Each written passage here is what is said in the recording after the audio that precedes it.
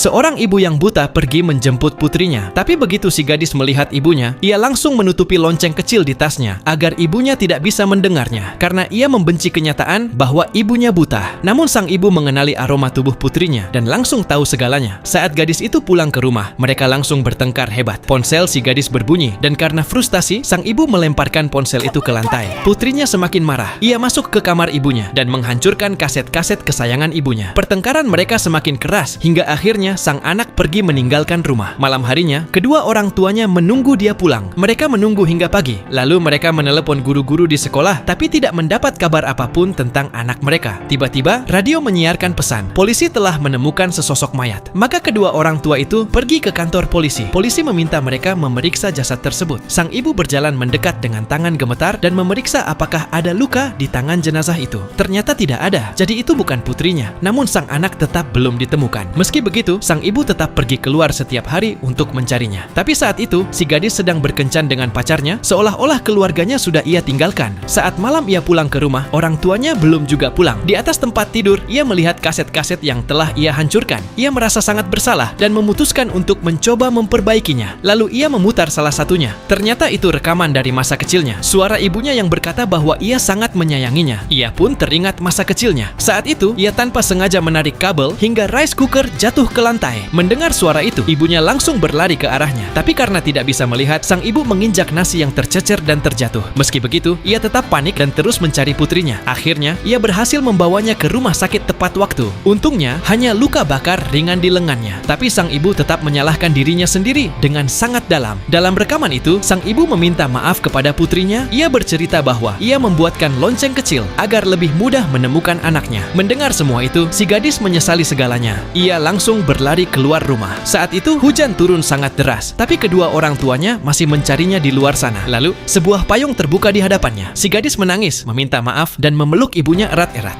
Jadi, ayo tulis di komentar, "Aku cinta Mama".